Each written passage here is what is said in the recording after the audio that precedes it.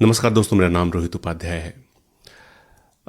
जितने भी मुस्लिम शासक भारत में आए उनके बारे में कहा जाता है कि उन्होंने हिंदुओं की कई सारी मंदिरों को तोड़ा, पूजा स्थलों को ध्वस्त किया, खजाने को लूटा, मंदिरों के ऊपर मस्जिद बनवाई। वो सब के सब बुरे थे। ये बात हम सबको बार बार बताई जाती है, लेकिन मुस्लिम शासकों ने कई सारी मंदिरें बनवाई।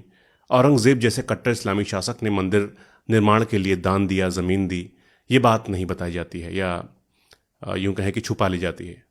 और एक बात कि मराठाओं को इतिहास में हिंदुत्व का रखवाला मानते हैं हम लोग, लेकिन बहुत कम लोगों को पता है कि 1791 में मराठाओं ने श्रृंगेरी शंकराचार्य मठ मंदिर को तोड़ा था, हिंदुओं का कत्ल किया था, जिसको दोबारा बनवाया था टीपू सुल्तान ने, एक मुस्लिम शासक ने।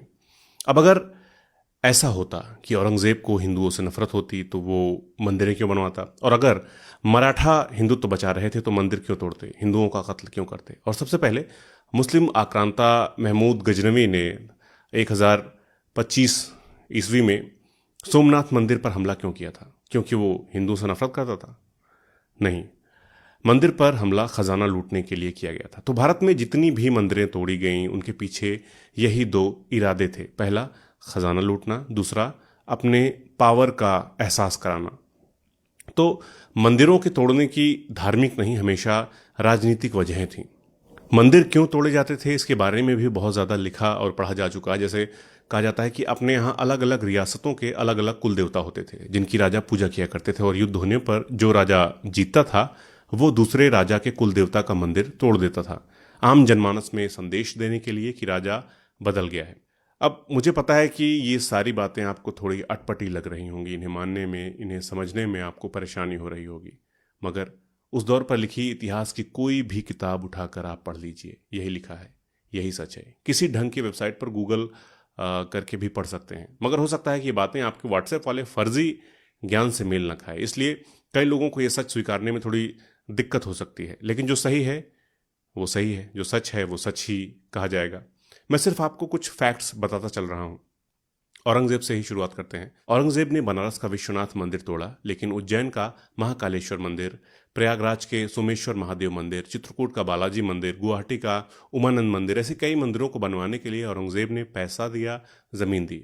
और औरंगजेब ने ही गोलकुंडा की एक मस्जिद को तोड़ा था, क्योंकि वहां के तानाशाह ने लगान देने से मना कर दिया था और मस्जिद के नीचे खजाना छिपा रखा था। इसी तरह मुगल बादशाह जहांगीर ने मंदिर बनवाने के लिए 121 बीघा जमीन दी थी और वृंदावन घूमने भी गए थे।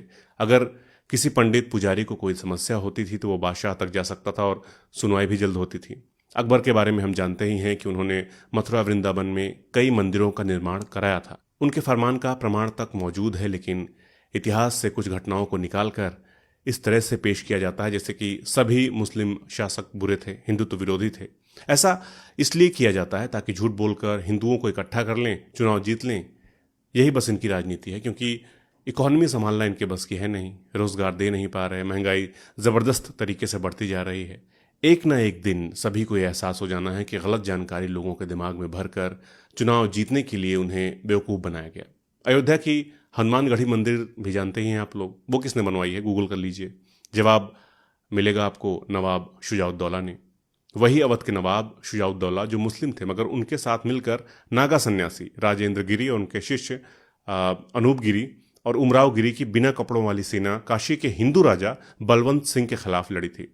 और आगे चलकर जब अवध के नवाब शुजाउद्दौला ने अफगानों के साथ गठजोड़ किया तो नागा मराठों के खिलाफ युद्ध के मैदान में उतरे। तो ये धर्म युद्ध जैसा कभी कुछ था ही नहीं।